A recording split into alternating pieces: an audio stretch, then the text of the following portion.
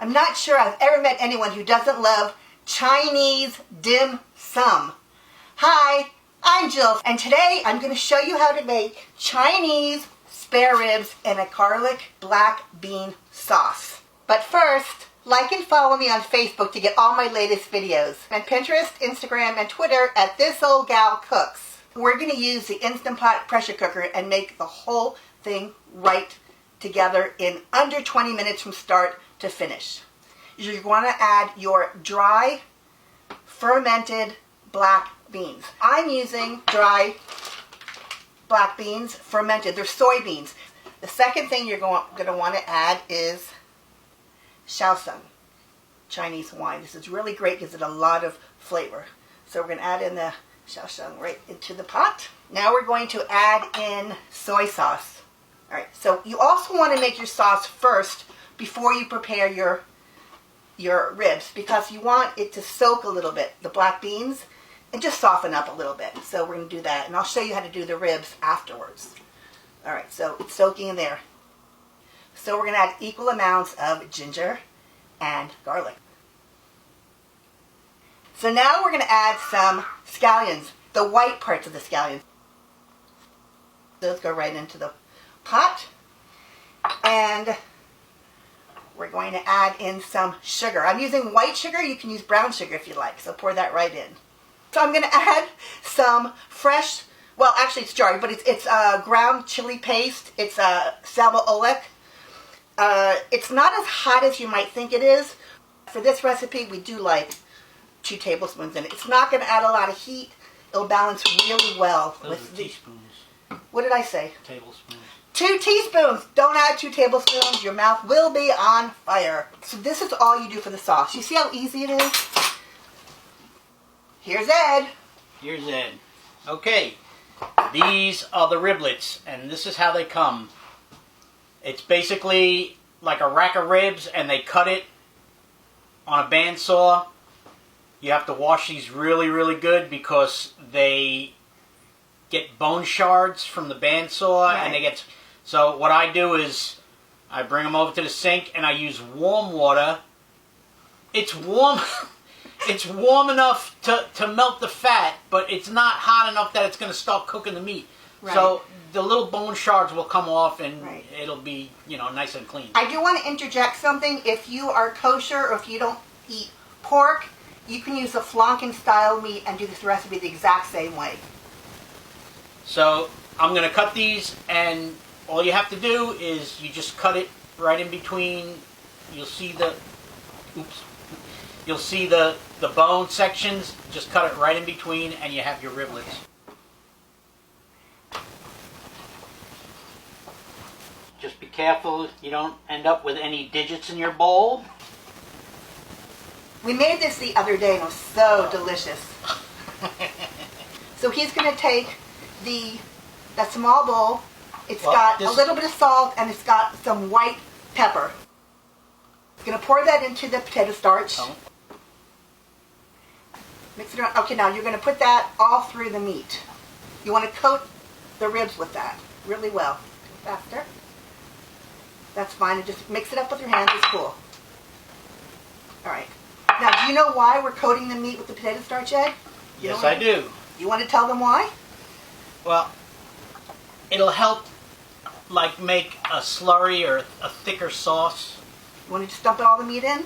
Also, with the potato starch, because it's on the meat and not mixed through the sauce, it will still come to pressure. Now, for the rice, we're going to add a long-legged trivet right on top. And the rice with the cover on it, and I like to use the hole so that it steams nicely, but so that the liquid doesn't, splatter and get inside it. The rice is nice and white. Now we're going to lock on the lid, just like that. And we're going to come over to the front of the panel, and we're going to set the timer for 5 minutes. And I'm going to open the lid. I can't wait. I'm hungry. Are you hungry? I'm hungry. Hungry. All right, take that off. Ed, can you get that rice out for me, please? It's heavy. And fluff it if you like. And it's hot, too. It's hot. And the little thing inside. Hot, very hot. Can you move that lid, please? Oh, sorry. And the trivet, too. And you put it there. Okay. That's great. All right, so you can see there's not a ton of liquid, but there's enough. And as we mix it, it's going to thicken up a little bit. So the first thing you want to do before we serve is I'm going to add a little bit of sesame oil. I'm adding it after it cooks because when you cook with sesame oil, it gets kind of funky a little bit sometimes. So we want the flavor, but we don't want the funk flavor. So about a teaspoon I'm going to add in right now and mix it through. So I'm going to add some scallions in now like that and just mix them up. And I'm also going to add some in when we serve. Now you can see there's a little bit of liquid in there. So I'm going to serve some for Ed first. You got some rice? It's beautiful rice. So I'm going to add in some of the little riblets. I'm going to add the riblets next to it, the plate of rice. Oh, I almost gave you too many, I think. Alright, so I'm going to serve mine like dim sum with just a few pieces. Are you ready to taste this? Here we go. Here's yours with the rice. And I'm going to give you some. You want the pink or the green? I don't care. One of each. Alright, so here we go. Yum. I got mine backwards. So Ed's got the rice, and I've got just the little riblets. These are going to be very hot. Be careful of that bone.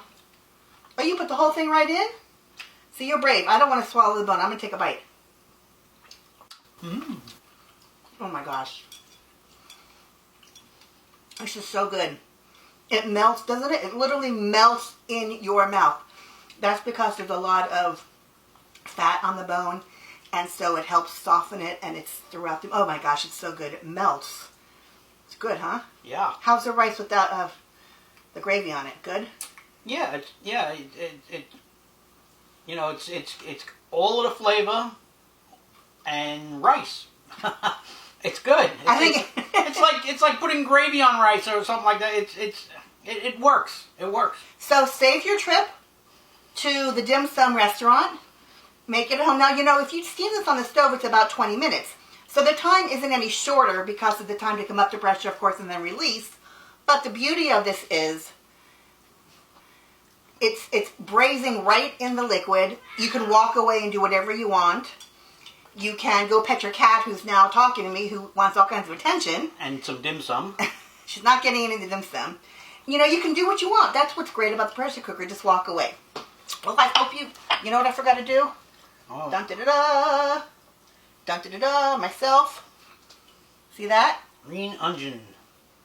Hold it under there. That was fast. You had to eat it more, huh? Yeah, is that why not? good? All right, keep going. It's here. So is this dinner for tonight then? I think so. I reckon so. We've been watching Wentworth, so reckon. Visit thisoldgal.com for the complete recipe as well as many others.